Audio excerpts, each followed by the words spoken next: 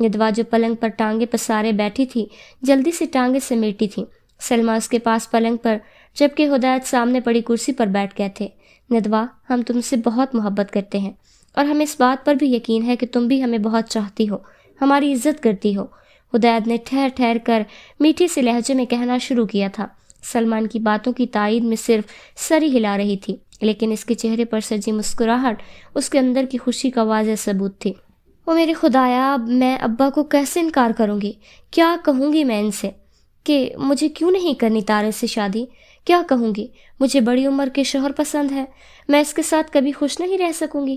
If میرے خدایا، میرے اس جواز کو تو ابا رد کر دیں گے۔ ندوہ لب کو چلتے ہوئی سوچ رہی تھی۔ تمہاری پھپھو تمہارے لیے رشتہ لے کر آئی ہیں، بہت چاہت کے ساتھ۔ ہم دونوں نے اس رشتے سے بہت خوش ہیں، ہدایت نے مسکراتے ہوئے بڑے مان سے کہا۔ ندوہ نے بے چارگی سے سلمیٰ کی طرف دیکھا۔ پھر بھی تمہاری ہاں ہمارے لیے بہت اہمیت رکھتی ہے، ہدایت نے اگلی بات بھی اسی محبت بھرے لہجے میں کی۔ حبان بہت اچھا لڑکا ہے، تمہیں بہت خوش رکھے گا، ہدایت نے محبت بھرے لہجے میں کہا۔ ندوہ نے چونک کر نظر اٹھائی تھی۔ کیا کہا تھا ابا نے؟ طارز نہیں، حبان؟ اسے اپنے کانوں پر یقین نہیں آیا تھا۔ ایک دم سے جیسے سکون کی لہر اس کے وجود میں سرایت کر گئی تھی۔ ابا، جیسے آپ لوگ مناسب سمجھے، ندوہ نے مدھم سی آواز میں کہا تھا۔ یہ کس چیز کی مٹھائی اور شور کیوں ہو رہا ہے اتنا؟ طارز نے گلاب جامن اٹھا کر منہ میں رکھی حیرانگی سے حتفہ کی طرف دیکھ کر پوچھا، جو اس کے سامنے مسکراتے ہوئے مٹھائی کا ڈبہ لیے کھڑی تھی۔ وہ ابھی شام کو 6 بجے آفس سے گھر آیا تھا۔ رات سیما، مہک اور ابتہاج دیر سے پہنچے تھے۔ صبح وہ جلدی آفس کے لیے نکل گیا تھا۔ اب لوٹا تو گھر میں شور شرابہ تھا، ہر طرف کہے اور خوشی کا سماں تھا۔ لو جی، طارز بھائی کو کسی نے بتایا ہی نہیں تھا؟ لطفہ نے ماتھے پر ہاتھ مارا اور پاس کھڑی مہک سے کہا، جو اپنے بیٹے کو گود میں اٹھائے کھڑی مسکرا رہی تھی۔ طارز نے ناسمجھی کے انداز میں ایک نظر حتفہ اور پھر ایک نظر مہک پر ڈال کر ہونٹ تھوڑے باہر نکالے اور سر کو نفی میں ہلایا۔ ندوہ آپی، آپ کی بھابھی بننے جا رہی ہیں، حتفہ نے پرجوش انداز میں چہکتے ہوئے کہا۔ طارز ایک دم ساکت ہوا، اپنی سماعتوں پر یقین نہیں آ رہا تھا۔ کیا مطلب؟ لڑکھڑاتی سی زبان میں پوچھا، جبکہ آنکھیں سکڑ گئی تھیں اور ماتھا شکن آلود ہو گیا تھا۔ مطلب کیا؟ حبان بھائی اور ندوہ کا رشتہ طے کر دیا ہے، مہک نے لاپرواہ انداز میں کہا۔ وہ اپنے بیٹے کو سلانے کی غرض سے ہلکا ہلکا جھولنے کے انداز میں ہل رہی تھی۔ طارز کے لب ایک دم پیوست ہو گئے، گردن کی رگیں پھول گئی تھیں اور چہرہ سرخ ہو گیا تھا۔ وہ تیزی سے کمرے کی طرف بڑھا تھا جہاں سے شور و غل سنائی دے رہا تھا۔ جیسے ہی کمرے میں داخل ہوا تو سب سے پہلے نظر سامنے سر جھکائے بیٹھی ندوہ پر پڑی، جو سلیقے سے سر پر دوپٹہ جمائے ابتہاج اور سیما کے درمیان میں بیٹھی تھی۔ سب لوگ مسکرا رہے تھے۔ اس کے آتے ہی شور اور بڑھ گیا تھا۔ سب اس کو اس عجیب رشتے کے طے ہونے کا بتا رہے تھے، جو اس کے وہم و گمان میں بھی نہیں تھا کہ ایسا ہو سکتا ہے۔ ندوہ نے سر اوپر اٹھا کر اس کی طرف دیکھا اور پھر ایک فاتحانہ مسکراہٹ اس کے لبوں پر ابھری۔ طارز کا منہ اتر گیا تھا۔ دونوں کی نظریں ملی تھیں۔ ندوہ پرسکون تھی اور طارز کے اندر کی تڑپ اور کرب اس کے چہرے پر واضح تھا۔ ایک لمحہ ٹھہر گیا تھا، ایک دم سے جیسے طارز کو ہوش آیا تھا۔ وہ سیما کے پاس ہوا تھا۔ مما میری بات سنیں، طارز نے مدھم سی آواز میں دانت پیستے ہوئے سیما کے کان میں سرگوشی کی۔ 1 منٹ۔ سیما باتوں میں مصروف تھی، لاپرواہی سے مسکراتی ہوئی اس سے بے نیازی برتی۔ مما ابھی 1 منٹ نہیں، طارز نے تھوڑا غصے کے انداز میں دانت پیستے ہوئے کہا۔ ندوہ نے محظوظ ہوتے ہوئے طارز کی حالت کو دیکھا، اس کا تڑپنا اس کو سکون دے گیا تھا۔ اب تمہیں پتہ چلا طارز ابتہاج کہ سب لوگ میرے ساتھ ہیں یا تمہارے ساتھ؟ وہ پھر سے مسکرا رہی تھی۔ سیما کو اس کا غصہ دیکھ کر اٹھنا ہی پڑا۔ پرتجسس انداز میں وہ اٹھی تھیں اور طارز کے پیچھے چل پڑی۔ وہ تیزی سے چلتا ہوا ڈرائنگ روم میں آیا۔ باقی سب لوگ داؤد کے کمرے میں بیٹھے تھے۔ وہ سیما کو ذرا الگ یہاں لے آیا تھا۔ بولو، کیا مصیبت آن پڑی ہے تمہیں؟ سارے بڑے باتیں کر رہے تھے، بیچ میں سے اٹھا کر لے آئے مجھے۔ ڈرائنگ روم میں آتے ہی سیما نے تنک کر تھوڑا ڈانٹتے ہوئے انداز میں کہا، ماما، حبان سے ندوہ کا؟ طارز نے پریشانی سے ماتھے پر ہاتھ پھیرتے ہوئے بات شروع کی۔ ہاں تو کیا؟ طارز کے رک جانے پر سیما نے سوالیہ نظروں سے اس کی طرف دیکھتے ہوئے کہا۔ حبان مان گیا؟ ایک دم سے طارز نے بات کا رخ بدلا۔ مان جائے گا، تمہارے جیسا نہیں ہے۔ سیما کو طارز کے عجیب سے انداز پر غصہ آ رہا تھا۔ مطلب اس سے ابھی تک بات نہیں ہوئی؟ طارز نے ایک دم سے انگلیوں کو لبوں پر رکھتے ہوئے حیرانگی سے پوچھا۔ ہاں تو اس سے پوچھنے کی ضرورت بھی کیا ہے؟ ہمیشہ سے ہماری ہر بات مانتا آیا ہے، ہماری مرضی کے مطابق زندگی گزارتا آیا ہے، سیما نے تیوری چڑھا کر کہا اور طارز کے چہرے کا غور سے جائزہ لیا۔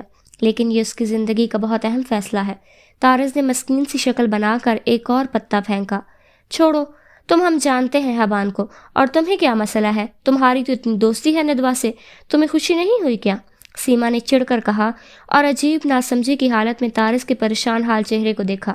بس چھوڑیں آپ، طارز نے غصے سے بازو جھٹکا اور تیزی سے کمرے سے باہر نکلا۔ سیڑھیاں پھلانگتا ہوا وہ اپنے کمرے میں آیا، لب کو چلتے ہوئے کمرے کے 2 چکر لگایا، پھر جیب سے موبائل نکال کر انگلیاں چلائیں۔ ہاں، کیسے ہو؟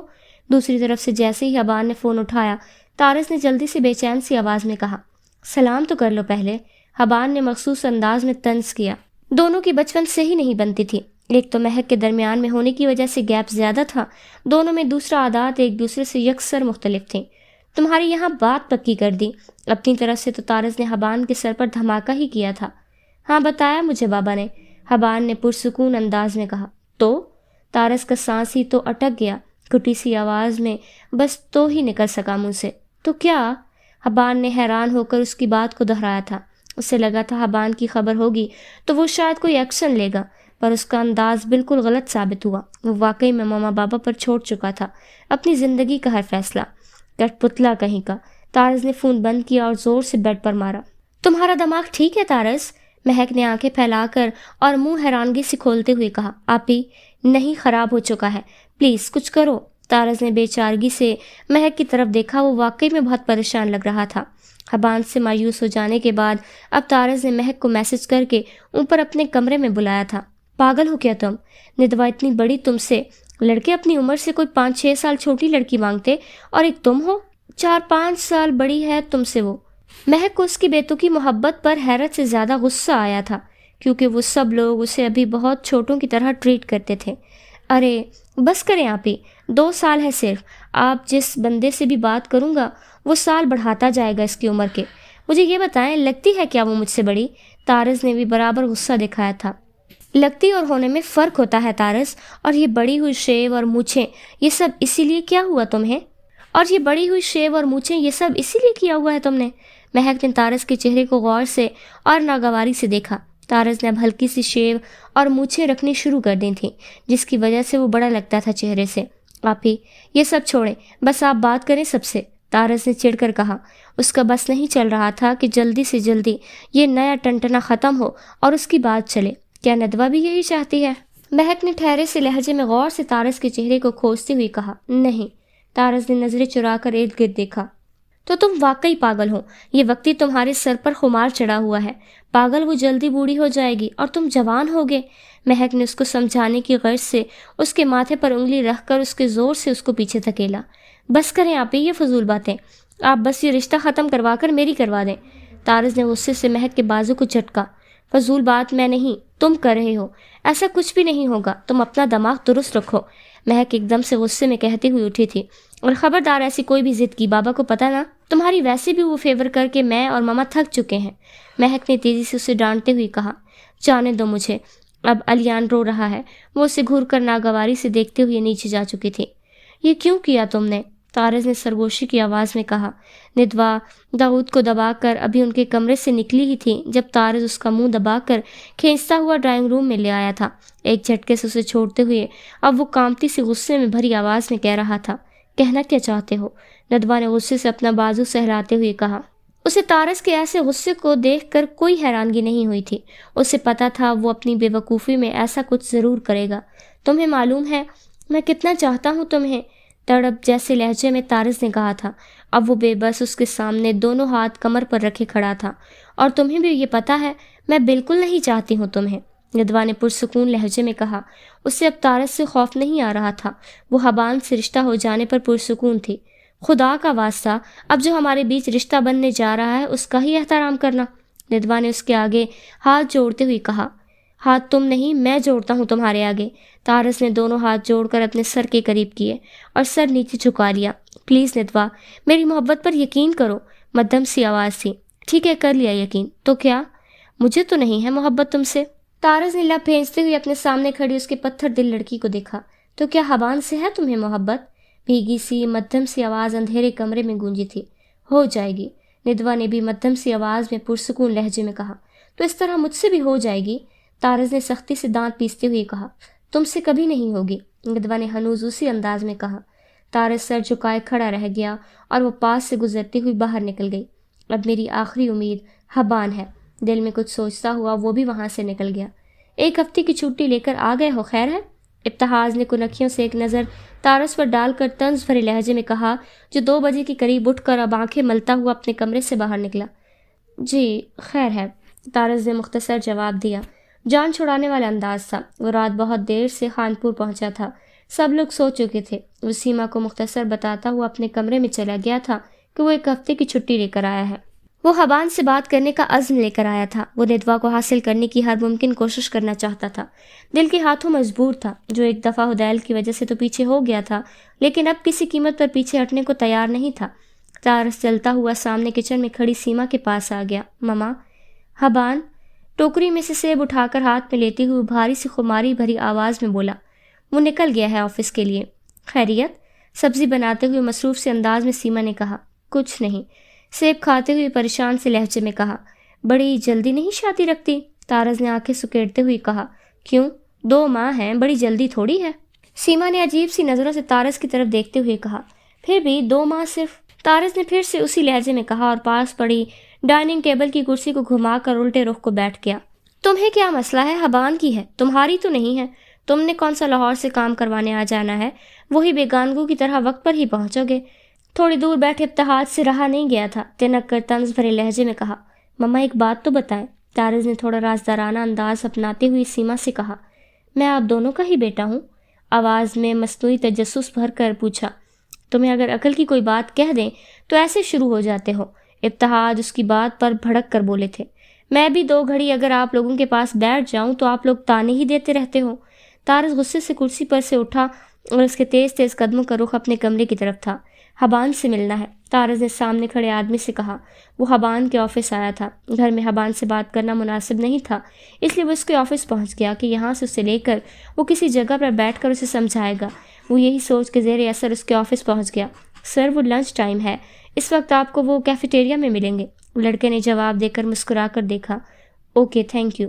طارس نے مسافیہ لیتا ہوا کیفیٹیریا کی طرف بڑھ گیا۔ جیسے وہ کیفیٹیریا کی طرف آیا تو سامنے کے منظر نے اس کے قدموں کو تھمنے پر مجبور کر دیا تھا۔ حبان ایک لڑکی کے ساتھ بیٹھا ہوا تھا جو رو رہی تھی اور حبان اس کے سامنے سر پکڑے بیٹھا تھا۔ پھر وہ لڑکی غصے سے اٹھی اور تیز تیز قدم اٹھاتی باہر کی طرف آ رہی تھی۔ وہ ابھی بھی ہاتھ کی پشت سے اپنے آنسو صاف کر رہی تھی، جبکہ حبان وہیں پریشان حال سر کو ہاتھوں میں جکڑے بیٹھا تھا۔ لڑکی تیز تیز قدم اٹھاتی طارس کے پاس سے گزرتی ہوئی آفس سے باہر کے راستے کی طرف جا رہی تھی۔ طارس کو ایک دم سے جیسے ہوش آیا، وہ حبان کو وہیں چھوڑ کر اب لڑکی کے پیچھے ہو لیا تھا۔ ایکسکیوز می، طارس نے مدھم سی آواز میں کہا۔ لڑکی اپنی کار کا لاک کھول رہی تھی اور ساتھ ساتھ اپنے بہتے آنسو صاف کر رہی تھی۔ طارس کی آواز پر اس نے چونک کر اس کی طرف دیکھا۔ وہ کافی لبرل سی خوبصورت لڑکی تھی، جس کی ظاہری حالت سے وہ کافی اچھے گھرانے کی لگ رہی تھی۔ وہ مجھے آپ سے بات کرنی ہے، طارس نے مہذب لہجے میں کہا۔ لڑکی نے ناگوار سی نظر ڈالی۔ لیکن مجھے کسی سے بات نہیں کرنی، لڑکی نے سخت لہجے میں کہا اور پھر گاڑی کا لاک کھولنے میں مصروف ہو گئی۔ ایک منٹ میری بات سنیں، میں طارس ہوں، حبان کا چھوٹا بھائی۔ طارس نے تیزی سے اسے اپنے بارے میں بتایا، جس پر ایک دم سے دروازہ کھولتے ہوئے اس کے ہاتھ رک گئے۔ میری حبان سے ملاقات یونیورسٹی میں ہوئی تھی، وہ مجھ سے سینئر تھے، تانیہ نے نظریں جھکا کر مدھم سے لہجے میں کہا۔ طارس اس کے سامنے بالکل خاموش بیٹھا تھا۔ وہ حبان کے آفس کے پاس ہی ایک ریسٹورنٹ میں ایک دوسرے کے آمنے سامنے بیٹھے تھے۔ شروع میں ان سے اسٹڈی میں ہیلپ لینے جاتی تھی، پھر ہماری دوستی ہوئی اور کب یہ دوستی گہری محبت میں بدل گئی مجھے پتہ نہیں چلا۔ تانیہ آنسو کے زیر اثر بھاری سی آواز میں طارس کو اپنی رام کہانی سنا رہی تھی۔ اچھا تو ماما بابا کا لاڈلا سپوت، جس کے گن گاتے نہیں دونوں تھکتے تھے، ایک جاندار قسم کی محبت کرتے تھے اور ہم میں سے کسی کو کانوں کان خبر نہیں تھی۔ طارس نے لبوں پر مسکراہٹ سجا کر سوچا تھا۔ حبان مجھ سے بہت محبت کرتے ہیں، مجھے یقین ہے اس بات کا، لیکن اب آ کر وہ اس 5 سالوں کے ریلیشن کو ختم کر رہے ہیں کیونکہ آپ کے پیرنٹس نے ان سے پوچھے بنا ان کا رشتہ۔ تانیہ کا صبر کا پیمانہ لبریز ہو چکا تھا، وہ پھر سے رونے لگی تھی۔ پلیز روئے مت۔ طارس ایک دم سے اس کو یوں رونے پر پریشان ہو گیا، جلدی سے پاس پر ٹیشو باکس کو اس کے قریب کیا تھا۔ تو اور کیا کروں، اتنی مشکل سے میں نے اپنے پیرنٹس کو حبان کے لیے راضی کیا تھا۔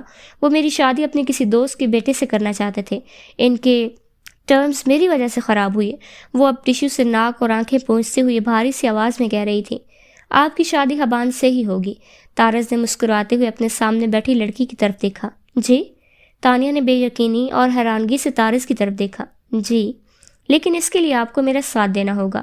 طارز نے ارد گرد دیکھتے ہوئے مدھم سے لہجے میں کہا، کیسا ساتھ؟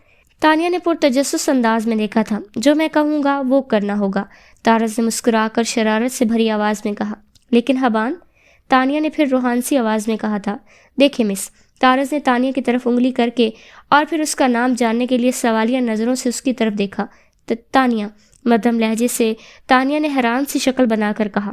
اوکے مس تانیہ، یہ جو میرا بھائی ہے نا، یہ اپنا امیج خراب ہونے سے ڈرتا ہے، جو یہ ہم سب کے سامنے اپنا بنا چکا ہے، اور کوئی مسئلہ نہیں، آپ بس مجھ پر چھوڑ دیں سب، وقت آنے پر آپ کو وہ سب کرنا ہے جو میں کہوں گا، طارز نے بڑے ٹھہرے ٹھہرے لہجے میں کہا۔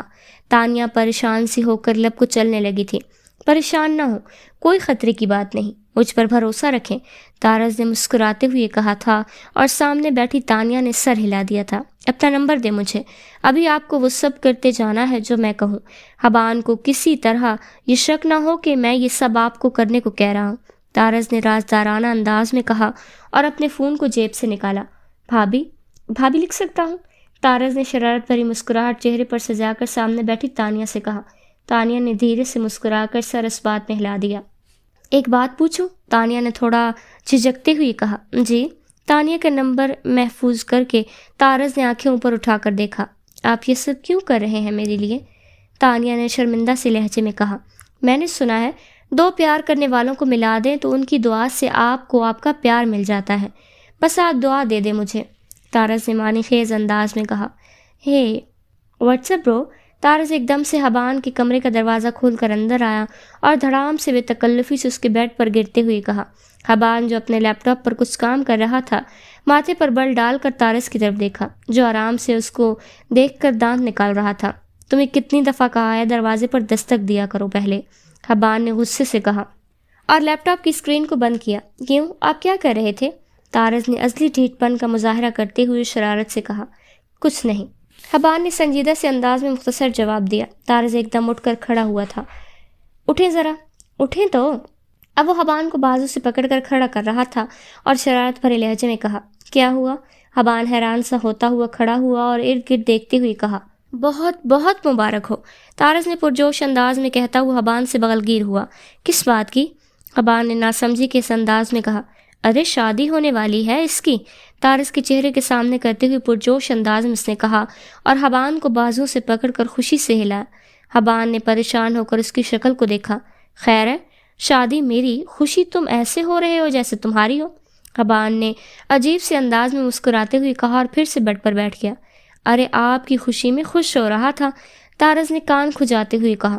آفس آئے تھے میرے؟ خیریت؟ اور پھر بات بھی نہیں کی، ویسے ہی چلے بھی گئے؟ حبان نے پھر سے لیپ ٹاپ کی اسکرین کھولتے ہوئے مصروف سے انداز میں کہا۔ او ہاں، آیا تھا، کچھ مدد چاہیے تھی اپنے لیے، پر پھر سوچا آپ کی ہی میں مدد کر دوں، طارز نے معنی خیز انداز میں کہا، جبکہ آنکھیں خوشی اور شرارت سے چمک رہی تھیں۔ کیا مطلب؟ حبان ایک دم حیران ہو کر طارز کی طرف دیکھا۔ وہ مطلب یہ کہ لائن ندوہ کا نمبر دوں، بات شات کریں اس سے بھی؟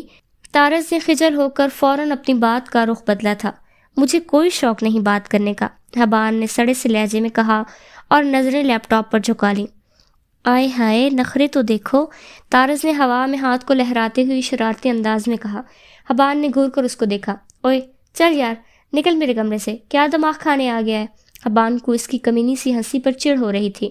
اب آپ میری انسلٹ کر رہے ہیں، بدلہ لوں گا اس کا، طارز نے مصنوعی غصہ دکھاتے ہوئے منہ پر ہاتھ پھیر کر کہا تھا۔ طاری تو اٹھتا ہے کہ؟ حبان ایک دم سے لیپ ٹاپ ایک طرف رکھ کر لب کو دانتوں میں دبا کر اٹھا۔ آ جائیں، طارز ایک دم سے ہوا میں مکے چلانے لگا۔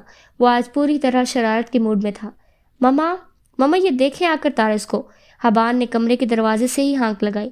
کیا یار، شادی ہونے جا رہی، ابھی بھی بچوں جیسا ہی بیہیو کر رہے ہیں میرے ساتھ، طارز نے خفا سے لہجے میں کہا۔ دفع ہو جائے میرے کمرے سے، حبان نے غصے سے گھورا اور ہاتھ کا اشارہ کمرے کے دروازے کی طرف کیا۔ اچھا جا رہا ہوں، طارز نے مسکراتے دباتے کمرے سے نکل گیا۔